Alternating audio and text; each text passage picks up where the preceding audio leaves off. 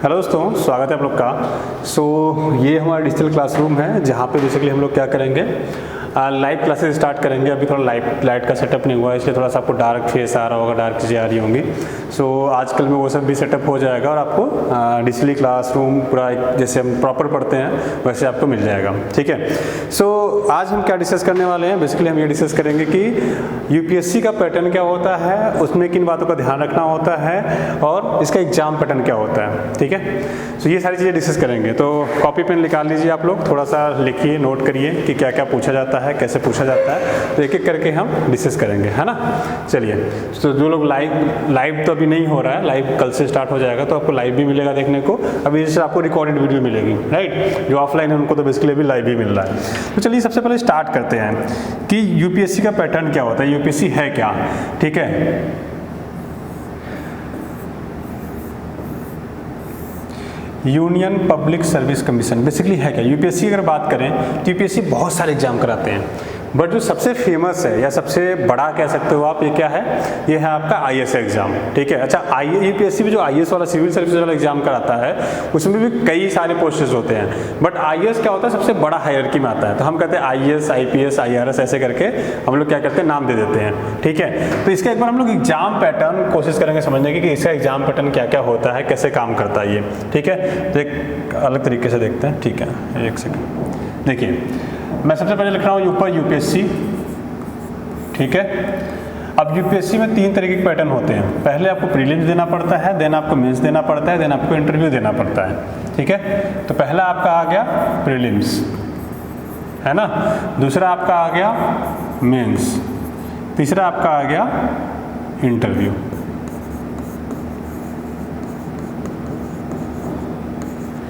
ठीक है, इंटरव्यू। तो ये बेसिकली इतने आपके एग्जाम होते हैं। अब इन एग्जामों में क्या क्या होता है, जैसे अगर प्रीलिम्स की बात करें हम, ठीक है, तो प्रीलिम्स में प्रीलिम्स की अगर बात करें तो प्रीलिम्स में आपके 2 पेपर होते हैं। प्रीलिम्स 2 पेपर क्या क्या होते हैं, एक पेपर को हम बोलते हैं GS1। क्या बोलते हैं दोस्तों, GS1। और सेकेंड को क्या बोलते हैं, कई बार GS2 या पेपर 2 बोलते थे, बट एक्चुअली में अगर बात करें हम तो एक्चुअली में जो होता है वो CSET का पेपर होता है। ठीक है। एक्चुअली में क्या होता है, वो CSET का होता है। तो वो होता है दोस्तों आपका CSET का paper, civil services aptitude test बोलते हैं इसको, है ना। अगर इसमें बात करें तो जो GS का पेपर होता है, GS के पेपर में 100 क्वेश्चन आते हैं। कितने क्वेश्चन आते हैं, 100। कितने नंबर के होते हैं आपके, 2। टोटल कितना हो गया आपका, 200, है ना। और जो CSET का पेपर होता है, ठीक है, इसमें क्या क्या आता है सब्जेक्ट अभी हम पढ़ेंगे। बस अभी क्या कर रहे हैं हम लोग, बेसिकली समझने की कोशिश कर रहे हैं कि इसमें क्या क्या पूछा जाता है। ठीक है। अभी हो सकता है आपको डिस्टर्बेंस हो रही है कि सर लाइट प्रॉपर नहीं है, लाइट भी सही हो जाएगा कल तक। इसके बाद इको प्रॉब्लम आ रहा है कि आवाज़ गुजरी ऐसा, तो माइक भी अभी आ चुका है, वो सेटअप होना उसका बाकी है, सब सेटअप हो जाएगा। ठीक है। अब मान लेते 80 क्वेश्चन आया। ठीक है। 80 × 2 कितना हो गया, सॉरी 2.5 नंबर का होता है ये। ठीक है। तो ये हो जाता है 200। तो इसमें 80 क्वेश्चन आते हैं। अब इसमें सब्जेक्ट क्या क्या आते हैं वो हम डिस्कस करेंगे भी बाद में। सबसे पहले हम इसका पैटर्न समझते हैं। अब जब आप प्रीलिम्स क्वालिफाई कर जाते हो, ठीक है, जब प्रीलिम्स क्वालिफाई कर जाते हो तो आपका होता है मेंस। मेंस में टोटल होते हैं 9 पेपर। कितने होते हैं, 9 पेपर होते हैं। उसके बाद 275 मार्क्स का इंटरव्यू होता है। ये आपका 275 मार्क्स का होता है। ठीक है। ये बेसिकली एग्जाम पैटर्न होता है। अब जो ये GS पेपर 1 होता है और CSET होता है। ठीक है। अभी हम प्रीलिम्स की बात करेंगे। ठीक है। तो नेक्स्ट स्लाइड में पढ़ेंगे। तो अभी हम क्या करेंगे, उस प्रीलिम्स वाली बात करेंगे, फिर मेंस पे 9 पेपर पे आएंगे, फिर इंटरव्यू पे आएंगे, है ना। तो देखिए सेकंड वन हम डिस्कस करते हैं। अब सेकंड की बात कर रहे हैं, सॉरी फर्स्ट वन डिस्कस करेंगे, प्रीलिम्स। तो प्रीलिम्स में मैंने बताया कि एक आपका GS का पेपर होता है जिसको GS पेपर 1 बोलते हैं, या पेपर 1 भी कई बार हम इसको बोलते हैं, पेपर 1 और पेपर 2, क्योंकि ये पहले होता है इसलिए हम इसको क्या बोलते हैं, पेपर 1। और CSET आपका बाद में होता है तो उसके लिए हम इसको क्या बोलते हैं, पेपर 2 बोलते हैं। ठीक है। अब GS1 की अगर बात करें तो इसमें कौन कौन से सब्जेक्ट आते हैं, आपको पता है कि 100 क्वेश्चन आते हैं, 2 मार्क्स का होता है और टोटल 200 नंबर का हो जाता है। इतना तो आपको जस्ट पता ही है, राइट। अच्छा, नेगेटिव मार्किंग होती है। नेगेटिव मार्किंग का मतलब क्या होता है कि अगर आप क्वेश्चन गलत करोगे तो 1.33 मार्क्स कट जाते हैं, ठीक है, जिसको 1/3 कहते हैं। मतलब बेसिकली क्या है कि आपका 0.33 मार्क्स कटेगा अगर आप क्वेश्चन गलत करो तो डिडक्ट हो जाएगा, ठीक है। अगर आपने क्वेश्चन सही किया है, अगर सपोज एग्जांपल लेते हैं, मान लेते हैं आपने क्वेश्चन सही किया, तो आपने अगर एक क्वेश्चन सही किया 2 नंबर का है तो टोटल मार्क्स कितने मिलने चाहिए? 2 मार्क्स मिलेगा आपको, राइट। बट मान लेते हैं कि आपने एक क्वेश्चन क्या गलत किया, तो इसमें से कितना डिडक्ट हो जाएगा आपका? इसमें से आपका 0.33 डिडक्ट हो जाएगा। तो जो आपका मार्क्स आएगा ये जो 1.67 के आसपास बचेगा वो इतना ही नंबर आएगा आपका, ठीक है। तो ये बेसिकली नेगेटिव मार्किंग का मतलब होता है। सो यहाँ तक हमने समझा। अब इसमें पेपर कौन कौन से आते हैं, क्वेश्चन कौन कौन से कहाँ से बनते हैं, देख करके डिस्कस कर लेते हैं हम लोग इसमें, ठीक है। तो सबसे पहले अगर हम बात करें, फर्स्ट पेपर होता है दोस्तों हिस्ट्री का, जिसमें हिस्ट्री से क्वेश्चन आते हैं, ठीक है। अच्छा, हिस्ट्री में कौन सा पेपर इंक्लूड नहीं होता है, कौन सा होता है, वो क्या करके समझेंगे हम अभी। सेकंड होता है आपका पेपर जो आता है ज्योग्राफी, राइट। सेकंड पेपर होता है आपका ज्योग्राफी। उसके बाद आता है थर्ड पेपर। थर्ड पेपर जो होता है दोस्तों आपका हिस्ट्री होता है, ज्योग्राफी होता है, देन आता है आपका पॉलिटी, ठीक है। पॉलिटी के बाद आपका आता है इंटरनेशनल रिलेशंस। पहले नहीं क्या था, हम पहले उसको बोलते थे मेंस का पार्ट है, ठीक है। बट अभी क्या होने लगा है, अभी ये दोस्तों जो आपका इंटरनेशनल रिलेशन है, ठीक है, वो कहीं ना कहीं करंट अफेयर से रिलेट करता है। जो करंट अफेयर होता है बेसिकली वो इंटरनेशनल रिलेशन में हमेशा आता है, तो ये करंट अफेयर एक टॉपिक हो जाता है, राइट।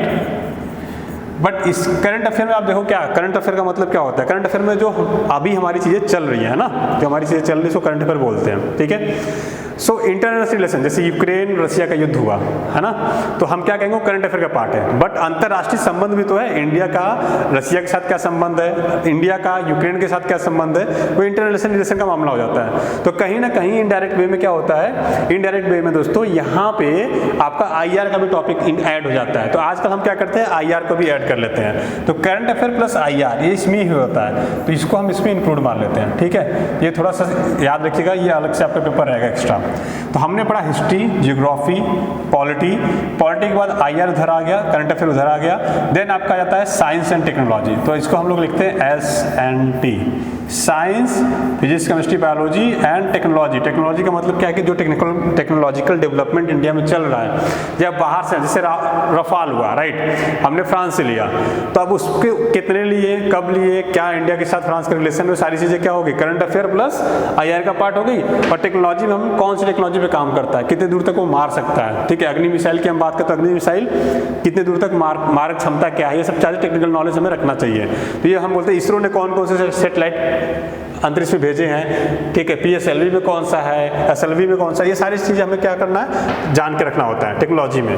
उसके बाद एक पेपर ऐड होता है दोस्तों आपका इकोनॉमिक्स, ठीक है। तो एक टॉपिक आपका इकोनॉमिक्स हो गया, साइंस टेक्नोलॉजी का हो गया, पॉलिटी का हो गया, ज्योग्राफी का हो गया, हिस्ट्री का हो गया, ठीक है। ये एक मेजर पोर्शन होता है जो आपको जस्ट पढ़ना होता है, ठीक है। तो हिस्ट्री में अगर बात करें, तो हिस्ट्री में जो क्वेश्चन बनते हैं दोस्तों, एंशिएंट से बनता है, मिडिवल से बनता है, मॉडर्न से बनता है, आर्ट एंड कल्चर से बनता है। एक टॉपिक इसमें नहीं आता है, प्रीलिम्स में नहीं आता, कौन सा नहीं आता है, याद रखिए, मैं यहाँ बॉक्स में डाल दे रहा हूँ, ठीक है। जो टॉपिक नहीं आता हिस्ट्री का, वर्ल्ड हिस्ट्री,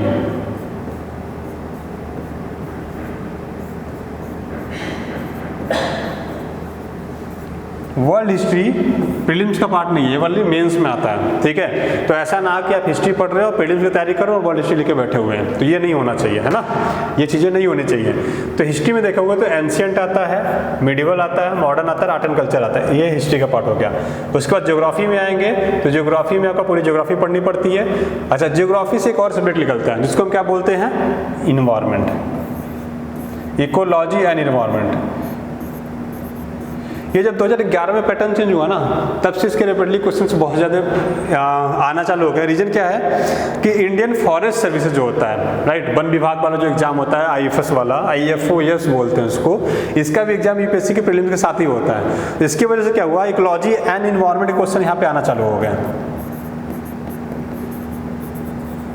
तो इकोलॉजी और इन्वायरमेंट को यहाँ पे एक चीज़ ऐड हो जाती है यहाँ पे। तो ज्योग्राफी हो गया, पॉलिटी में आपको किताबें तो पता है, लक्ष्मीकांत, बहुत सारे लोग कहते हैं कि नहीं पढ़ना चाहिए, तो मैं तो ये कहूँगा LSM कांति पढ़ना है। साइंस टेक्नोलॉजी में बेसिक साइंस, अच्छा साइंस में भी जो क्वेश्चन बनता है दोस्तों ना, जनरली बायोलॉजी से क्वेश्चन बनते हैं। तो फिजिक्स, केमिस्ट्री, बायोलॉजी में से अगर आप साइंस पढ़ ले रहे हैं, साइंस में बेसिकली बायोलॉजी पढ़ रहे हैं, तो आपका यहाँ पे चीज़ें कवर हो जाती हैं। उसके बाद आता है आपका टेक्नोलॉजी। टेक्नोलॉजी में इसरो ने कितने काम किए हैं, DRDO ने कितने डेवलपमेंट किए हैं, इंडिया ने कोई मिसाइल बाहर से लिया है, कोई इक्विपमेंट लिया है, कोई गन लिया है, कुछ भी लिया है, तो वो सब आपको चीज़ें ध्यान रखनी होती है। और किसी टेक्नोलॉजी पे अगर इंडिया काम कर रहा है कि आगे चल के वो बहुत ज़्यादा इंपॉर्टेंट होने वाला है या बहुत रिवोल्यूशनरी होने वाला है, तो उसको हम लोग ध्यान में रखते हैं यहाँ पे। इकोनॉमिक्स की अगर बात करें तो इकोनॉमिक्स में आपको बेसिक नॉलेज इकोनॉमिक्स का होना चाहिए। CLR क्या होता है, SLR क्या होता है, राइट, एक्सपोर्ट क्या होता है, इंपोर्ट क्या होता है। अगर बेसिक नॉलेज है तो मोर और लेस ये करंट अफेयर बेस्ड हो जाता है, तो आपका कहीं ना कहीं ये करंट अफेयर से कोरिलेट कर लेता है। इकोलॉजी और एनवायरनमेंट, आपको बेसिक फंडामेंटल अंडरस्टैंडिंग होनी चाहिए। इकोलॉजी और एनवायरनमेंट अगर मैं बात करूं तो एक कॉम्बिनेशन है किसका, इकोलॉजी और एनवायरनमेंट किसका कॉम्बिनेशन है पता है आपको? बायोलॉजी, बायोलॉजी कहना नहीं, साइंस कहना चाहिए था मुझे, बट ठीक है, बायोलॉजी प्लस जियोग्राफी का कॉम्बिनेशन है ये। कैसे? कहीं पे कार्बन इमिशन आएगा, बेसिकली बायोलॉजी के बजाय आप साइंस लिख लो ज़्यादा अच्छा रहेगा, क्योंकि कहीं ना कहीं केमिस्ट्री का भी थोड़ा सा पार्ट आ जाता है, तो साइंस मान लो, ठीक है। तो यहाँ पे इकोलॉजी और इन्वायरमेंट आपका बेसिकली देखोगे तो इन्वायरमेंट से रिलेटेड आता है। इन्वायरमेंट का मतलब क्या हो गया? जगह, जगह का मतलब हो गया ज्योग्राफी, मतलब लोकेशन हो गया आपका, है ना, तो ये आपका ज्योग्राफी से रिलेटेड हो जाता है। और इकोलॉजी की बात करें तो देखो, इकोलॉजी ऑन इन्वायरमेंट, इन्वायरमेंट का मतलब क्या है कि हमारे आसपास का पर्यावरण। ये क्लासरूम भी अपने आप में एक इन्वायरमेंट है। हाँ, ये है कि यहाँ पे नेचुरली चीज़ें नहीं है, ये दीवारें हमारा मतलब ह्यूमन के द्वारा बनाई गई, ये बोर्ड ह्यूमन के द्वारा बनाया गया, ये मार्कर ह्यूमन के, कैमरा, ये चेयर्स, ये लाइट्स वगैरह सब ह्यूमन के द्वारा है। लेकिन ये भी अपने आप में एक इन्वायरमेंट है। जब वहाँ पर हम डिटेल में हम लोग पढ़ेंगे तो सारी चीज़ें वहाँ पे हमारी कवर होंगी, ठीक है। तो ये हो गया आपका इन्वायरमेंट का पार्ट। अब इकोलॉजी की बात करें तो इकोलॉजी में बेसिकली क्या होता है, स्पेसीज के बारे में जनरली हम लोग जानते हैं। कोई चीज़ विलुप्त हो रही है, पहले आपने देखा होगा कि आपके गाँव में हो सकता है, जब गाँव रहे हो, जो लोग गाँव रहे हों उनको पता होगा कि आप जब गाँव में थे तो आपको पैरट भी मिलते थे, तोते भी मिलते थे, उल्लू भी दिखते थे, ऑल मिलते थे, राइट, छोटे छोटे पक्षियाँ बहुत सारे मिलती थी, गिद्ध मिलते थे। लेकिन आज के टाइम पे आप देखेंगे गायब हो गया। इवन मुझे जानते हैं 2014 या 15 में यूपीएससी ने क्वेश्चन पूछा था, आई थिंक 2014 में, नहीं 2016 में था। डाइक्लोफोनिक होता क्या था कि जो गिद्ध मतलब डाइक्लोफेम बेसिकली दवाई दी जाती थी, पशुओं को दी जाती थी। जब पशु मर जाते हैं तो उनको मतलब फेंक दिया जाता है कहीं खुले जगहों पे, राइट, तो उससे क्या होता है, गिद्ध खाते थे। तो जो डाइक्लोफेनिक दवाई दी जाती थी उसकी वजह से उनको गॉइटर रोग होने लगा, जिसको आप आम भाषा में हम कहते हैं कि क्या गले का रोग हो जाता है वो, तो उनके गले में होने लगा। धीरे धीरे वो गिद्ध विलुप्त ही होते चले गए, पूरी प्रजातियाँ विलुप्त हो गई। क्यों? एक दवा की वजह से। और आप 2000 आई थिंक जहाँ तक मैं सही हूँ 2016 के प्रीलिम्स से पूछा था कि गिद्धों की प्रजातियाँ कुछ ऐसे था विलुप्त होने लगी। डाइक्लोफोनिक का आंसर था, आप सर्च करेंगे आपको मिल जाएगा। 2016 का क्वेश्चन पेपर उठा के देखिए तो मिल जाएगा। तो बहुत ही बेसिक चीज़ें यूपीएससी पूछता है, कॉमन सेंस बेस्ड, ठीक है। आप कितना भी पढ़ लीजिए यूपीएससी क्लियर नहीं होगा, कॉमन सेंस से अगर आप चीज़ें करेंगे तो बिल्कुल आराम से क्लियर होगा। तो ये हमने बात की प्रीलिम्स का। अच्छा, प्रीलिम्स में सबसे पहले हमने बात की क्या, जीएस पेपर 1 में, कि जीएस पेपर 1 में हमारा कौन कौन से क्वेश्चन आते हैं। तो करंट अफेयर आता है, इंटरनेशनल रिलेशन आता है, हिस्ट्री आती है, ज्योग्राफी आती है, पॉलिटी आती है, साइंस टेक्नोलॉजी आती है, इकोनॉमिक्स आती है, इकोलॉजी होती है। जो हमारा फाउंडेशन कोर्स से स्टार्ट होगा ना, वो हम इसी में से टॉपिक स्टार्ट करेंगे, ठीक है, क्योंकि प्रीलिम्स पहले होता है तो प्रीलिम्स की नॉलेज आपको पहले हो जानी चाहिए। तो हम इसमें से पहले ये सारी चीज़ें ले आएंगे। करंट अफेयर साथ में चलेगा, आपको वर्ल्ड हिस्ट्री जो रहेगा वो लास्ट में ऐड कर लेंगे। तो ये हो गया आपका जीएस पेपर 1, ठीक है। अभी बचता पेपर 2 जिसको हम बोलते हैं सीसेट। तो अब हम देखेंगे सीसेट में क्या क्या आता है, ठीक है। अगर आप सीसेट की बात करें दोस्तों, ये क्वालिफाइंग होता है। सीसेट की बात करें तो मैंने जस्ट आपको बताया था कि 80 मार्क्स का होता है, 2.5 नंबर का एक क्वेश्चन होता है, ये टोटल हो जाता है 200 नंबर का। इसमें भी 1/3 निगेटिव मार्किंग होता है, ठीक है। तो ये 2.5 मार्क का है तो लगभग 0.67 के आसपास कुछ डिटेक्ट, 0.83 के आसपास डिटेक्ट होता है, ठीक है। अब इसमें कौन कौन से सब्जेक्ट होते हैं आपके, कौन कौन से होते हैं निखिल जी आप बताइए। बैठ के बताइए। हाँ, रीजनिंग होता है, राइट, मैथ, राइट, गुड। तो इसमें क्या होता है, कॉम्प्रिहेंशन, मैथ और रीजनिंग, बेसिकली ये 3 चीज़ें होती हैं। तो जिसका जनरली मैथ अच्छा होता है ना, बाय डिफ़ॉल्ट उसका रीजनिंग अच्छा होता है, ठीक है। अब जिसका मैथ अच्छा नहीं है वो यहाँ पे दोनों में मार खा जाता है, रीजनिंग और मैथ्स। हो सकता है आप हिंदी मीडियम से पढ़े हों, बीए वगैरह किए हों, तो आपका कंप्रहेंशन अच्छा हो, है ना, आपका कंप्रहेंशन अच्छा हो सकता होगा, राइट। हो सकता है आपका कंप्रहेंशन अच्छा हो, बट आप किसी एक के बेसिस पे आप एग्जाम क्लियर नहीं कर पाएंगे सीसेट का, तो एटलीस्ट आपको इन दोनों में महारत ही बनना पड़ेगा, एटलीस्ट दो में। अगर कंप्रहेंशन अच्छा है तो आप रीजनिंग अच्छा कर, रीजनिंग बहुत तोड़ू चीज़ नहीं है, बहुत ईजी होता है, ठीक है। सर आपकी क्लास आके लेंगे तो आपका कवर हो जाएगा इसमें, है ना। तो ये चीज़ें हो गई। तो ये क्वालिफाइंग होता है। क्वालिफाइंग कितना होता है? 33%। ये क्वालिफाइंग होता है, बस इसमें आपको क्वालिफाई करना पड़ता है 33%, है ना। अब 33% का मतलब क्या हुआ? आपको लाना है 200 में से कितना, बस इतना नंबर, 200 में से इतना नंबर लाइए, प्रीलिम्स का एक सेकंड पेपर तो क्वालिफाई हो जाएगा। और जो जीएस पेपर 1 होता है जनरली उसका कट ऑफ 100 के आसपास जाता है, जीएस 1 का, ठीक है। तो ये मान के चलिए अगर आप 55 क्वेश्चन सही कर दे रहे हैं, है ना, तो आपके 110 के आसपास लाते हो। तो हमेशा टारगेट रखिए 110 नंबर लाना है, 110 नंबर। जब आप 110 नंबर लाएंगे तो आपका जीएस पेपर 1 भी क्वालिफाई हो जाएगा, और सीसेट में 70 से ऊपर कोशिश करिए, 70 से 80 के बीच में नंबर आए तो आराम से वहाँ पे आपका क्वालिफाई हो जाएगा। रिस्क न लेते हुए मैं कहूँगा आप 80 को टारगेट करिए, ठीक है। आप ये भी टारगेट मत करिए, है ना, आप 80 को ही टारगेट करिए, आपकी सारी चीज़ें क्लियर हो जाएंगी। तो ये हो गया आपका ये हमने देखा कि प्रीलिम्स में क्या पैटर्न होता है, राइट। अब आते हैं मेंस पे। मेंस में अगर आपको याद हो तो मैंने कितने पेपर लिखे थे? मैंने कहा था मेंस में कितने पेपर होते हैं? मेंस में कितने पेपर होते हैं? 9 पेपर, राइट। सो 9 पेपर होते हैं ना, है ना। तो अब ये 9 पेपर कौन कौन से होते हैं ये समझते हैं। एक पेपर होता है, पहले लिख लेते हैं यहाँ पे, एक पेपर होता है आपका एसए का, है ना। दूसरा पेपर होता है जीएस, क्या हो रहा है इसको, जीएस 1। तीसरा पेपर होता है जीएस 2। चौथा पेपर होता है जीएस 3। पांचवा पेपर होता है जीएस 4, ठीक है। ये 5 पेपर हो गए जो 250 मार्क के होते हैं, 250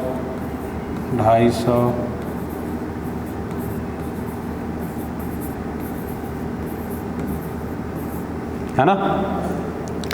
इसके बाद 2 पेपर क्वालिफाइंग होते हैं, ठीक है। तो 6 और 7 जो होता है वो क्वालिफाइंग होता है। अब क्वालिफाइंग में क्या होता है? क्वालिफाइंग में होता है एक तो आपका इंग्लिश कंपलसरी होता है, ठीक है। ये होता है 300 नंबर का, और आपको लाना कितना है? 75। 300 में से 75 नंबर आपको लाना है, मतलब कितना हुआ? 25%। अब इतना तो ला ही सकते हैं, अगर आईएएस का एग्ज़ाम देने की हिम्मत रखते हैं तो इतना तो ला ही सकते हैं हम लोग ना, थोड़ा मेहनत करेंगे और आ जाएगा। इसके बाद एक पेपर होता है आपका हिंदी का। हिंदी नहीं, बेसिकली हिंदी के लाना गलत होगा। हमारे संविधान में 22 भाषाएं दी गई हैं, उस 22 भाषाओं में शेड्यूल 7 पढ़ेंगे, आई थिंक शेड्यूल 7 या शेड्यूल 8, आई थिंक शेड्यूल 8 है, राइट। 22 भाषाएँ हैं। सो उसमें जो 22 भाषाएँ दी गई हैं उसमें से आपको बेसिकली उन 22 भाषाओं में से कोई एक लैंग्वेज चूज़ करना पड़ता है। अगर आप नॉर्थ इंडिया का जनरली हम लोग क्या चूज़ करते हैं? हिंदी, है ना। इवन आप उर्दू संस्कृत जो भी चूज़ करना चाहते चूज़ कर सकते हो, आपके ऊपर है। तो ये भी टोटल 300 का होता है, आपको 25% इसमें भी लाना पड़ता है, तो ये सेम ही होता है, ठीक है। ये हो गए हमारे 7 पेपर। अच्छा, जीएस पेपर 1 में क्या आता है, 2 में क्या आता है, 3 में क्या आता है, वो हम देखेंगे। ये मैं हटा रहा हूँ थोड़ा सा, ठीक है ना। अब एक पेपर होता है 7 लिखा ना हमने, अब 8 नंबर का। अब 8 में और 9 में क्या आता है? तो ये होता है ऑप्शनल सब्जेक्ट आपका, ऑप्शनल। ऑप्शनल 2 ऑप्शनल नहीं होते, एक ही ऑप्शनल के 2 भाग होते हैं, है ना। एक ऑप्शनल के 2 भाग होते हैं, तो एक को पेपर 1 बोलते हैं, दूसरे को हम पेपर 2 बोलते हैं। तो बेसिकली आपका 2 पेपर होगा यहाँ पे, है ना। बेसिकली आपका 2 पेपर होगा, पेपर 1 पेपर 2। जैसे मैथ्स एक सब्जेक्ट है, मैथ्स के मैंने 2 पेपर लिए, पार्ट 1 और पार्ट 2। मान लेते हैं ट्रिग्नोमेट्री का ले लिया और अर्थमेटिक का ले लिया, कि एडवांस का ले लिया। तो सेम यहाँ पे ऐसे ये भी होता है, एक आपका पेपर 1 होता है और उसके बाद दूसरा आपका पेपर 2 होता है, मतलब 2 पार्ट में होता है। ऑप्शनल आपको एक ही लेना होता है, ऑप्शनल जो लेना होता है आपको, ऑप्शनल आपको एक ही लेना है, ऑप्शनल आपका सिंगल एक ही होगा।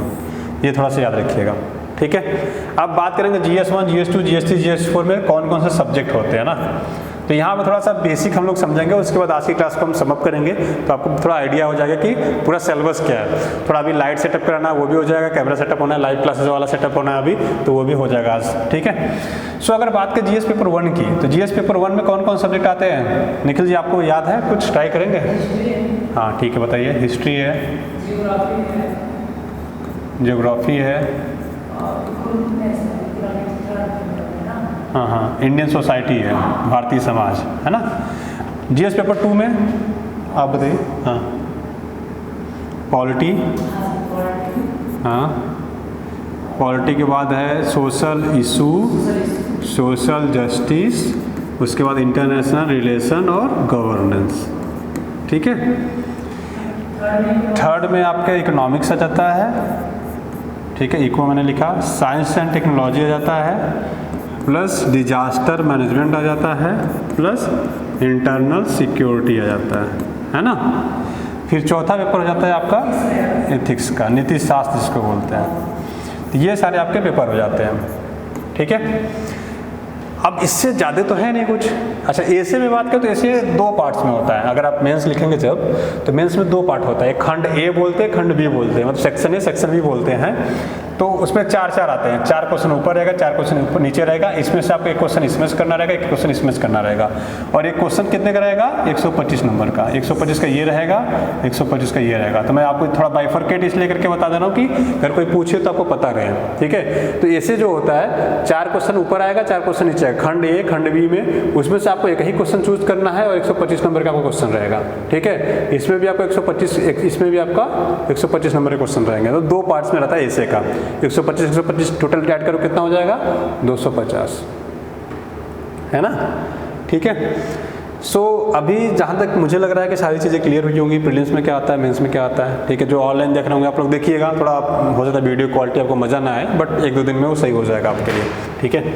सो एसी की क्लास की बात करें तो एसी की क्लास की कह रहा हूँ, एसी क्लास बेसिकली 10 से 15 दिन की क्लास होती है, मैक्सिमम 15 दिन या उससे ज़्यादा 20 दिन आप मैक्सिमम मान के चलिए, बट 10 से 12 दिन में क्लासेस खत्म हो जाती हैं। तो ये आपकी जो क्लास होगी दोस्तों लगभग 20 डेज़ की होगी, ठीक है। अब जो हिस्ट्री की क्लास है, अगर मैं इसमें अच्छा मेंस वाले में ancient, medieval, modern, art and culture के साथ ऐड हो जाता है कौन सा सब्जेक्ट? World history, right. तो वर्ल्ड हिस्ट्री आपका इसमें ऐड हो जाता है। तो ये जो आपका कोर्स हो जाता है, तो ये मान के चलिए एंशिएंट 10 दिन का हो गया, मिडिवल 5 दिन का हो जाता है, आर्ट एंड कल्चर लगभग 5-7 दिन का हो जाता है, ठीक है। मॉडर्न 30 दिन का हो जाता है, तो लगभग इसको मैं 50 दिन लेता हूँ, पूरा हिस्ट्री 50 दिन, ठीक है। पूरा हिस्ट्री आपका 50 दिन हो गया।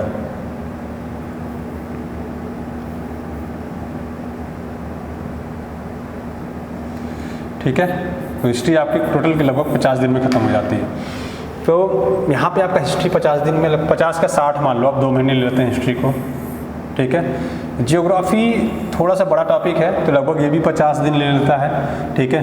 पर फिर भी चलो 50 दिन ले लेते हैं, क्योंकि जियोग्राफी में आपका इकोलॉजी का भी बहुत सारे पार्ट आ जाते हैं। सॉरी, एक सब्जेक्ट हमने नहीं लिखा यहाँ पे, इकोलॉजी एंड एनवायरनमेंट, किसी ने बोला भी नहीं, ठीक है। तो ज्योग्राफी के साथ यहाँ पे भी इकोलॉजी इन्वायरमेंट आ जाता है और आपका साइंस टेक्नोलॉजी के साथ भी जाता है। तो ये आप इसको बाइफरकेट करना बड़ा मुश्किल हो जाता है इकोलॉजी इन्वायरमेंट को, ठीक है, क्योंकि डिजास्टर मैनेजमेंट यहाँ आता है। तो डिजास्टर मैनेजमेंट से भी क्वेश्चन उठा के इकोलॉजी इन्वायरमेंट में पूछ लेता है, प्लस ज्योग्राफी है तो ज्योग्राफी में भी डिजास्टर मैनेजमेंट से क्वेश्चन पूछ लेता है। तो ये आप बाइफरकेट कर ही नहीं पाओगे कि इन्वायरमेंट कहाँ एग्जिस्ट करता है, ठीक है, इसमें है कि इसमें है।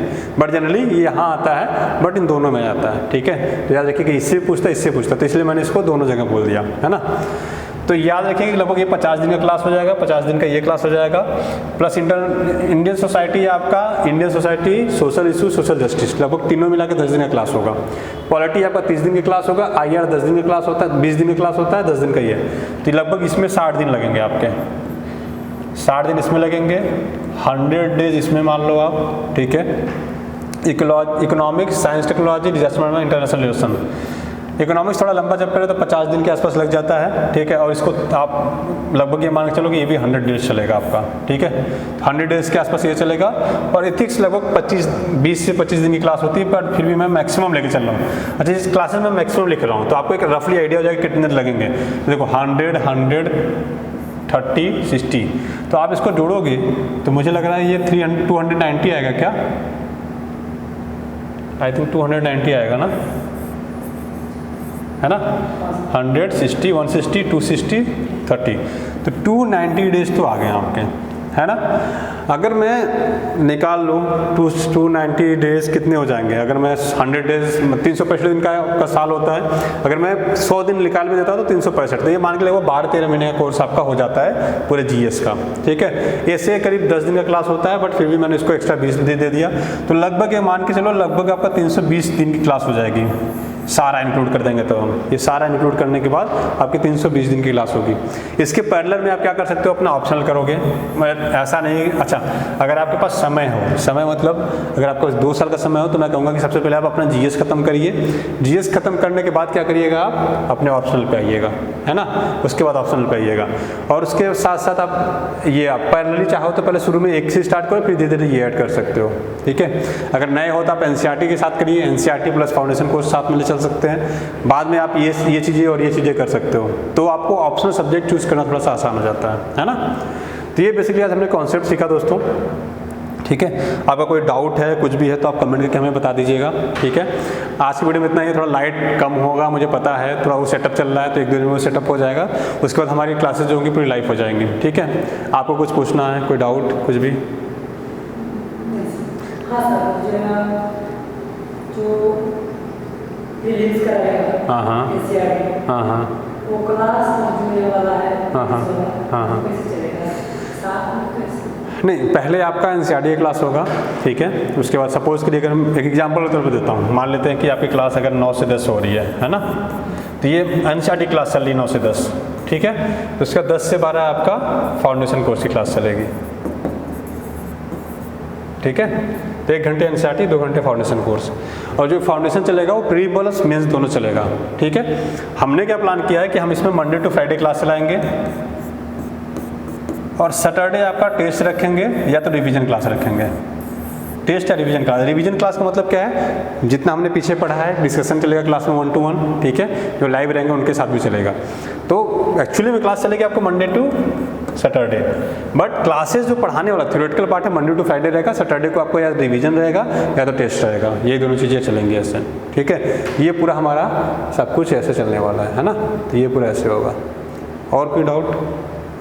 ठीक है, नीचे यहाँ पे आपको लाइब्रेरी मिल जाएगी, आपको पढ़ना तो लाइब्रेरी की सुविधा भी है यहाँ पे, जैसे दिल्ली में लाइब्रेरी होती है यहाँ पे भी लाइब्रेरी मिल जाएगा, सामने लाइब्रेरी है, तो एक पूरा एटमॉस्फेयर दिल्ली वाला ही बनारस में आपको यहाँ पे मिलने वाला है। ठीक है, तो यहाँ पे आप बिल्कुल परेशान ना होइए, आप सबको ये सारी चीज़ें यहाँ पे मिलने वाली है। ठीक, तो चलिए आज की वीडियो में इतना रखते हैं, नेक्स्ट क्लास में मिलते हैं। ठीक है, थैंक यू।